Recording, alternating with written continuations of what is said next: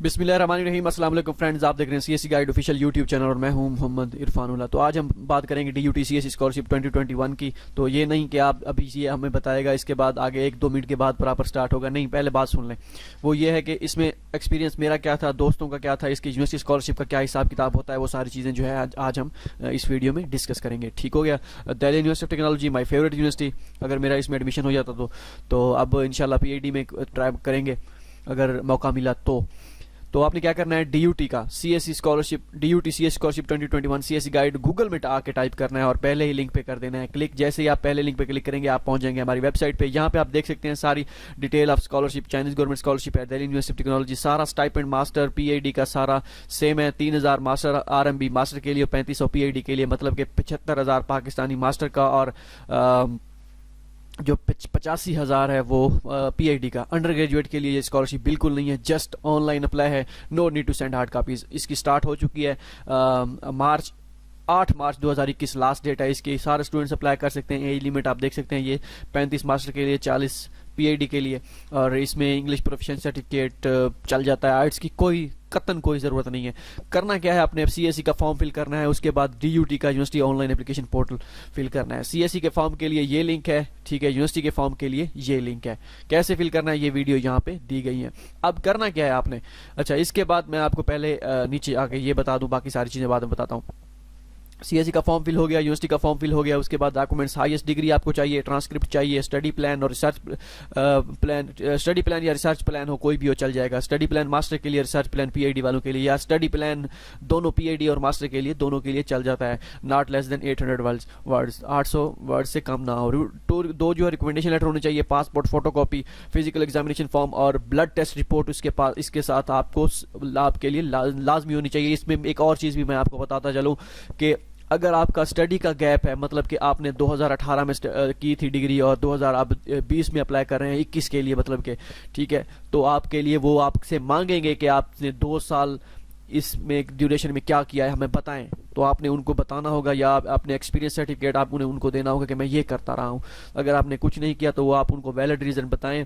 अगर एक्सपीरियंस वगैरह कहीं पे किया था, आपके पास सर्टिफिकेट नहीं है, तो वो आप उनसे सर्टिफिकेट बनवाएं। नहीं तो वो आपसे लाजमी मांगेंगे कि आपके एप्लीकेशन को आगे जाने ही नहीं देंगे। इसके लिए क्योंकि मैंने पिछले साल जो था किया था अप्लाई, उसमें उन्होंने मुझसे कहा था कि ये इस ड्यूरेशन में आपने क्या किया था, तो फिर मैंने वो भूल गया था मैं एक सर्टिफिकेट अटैच करना उस ड्यूरेशन का, एक्सपीरियंस वाला, वो जो PMYTS का था।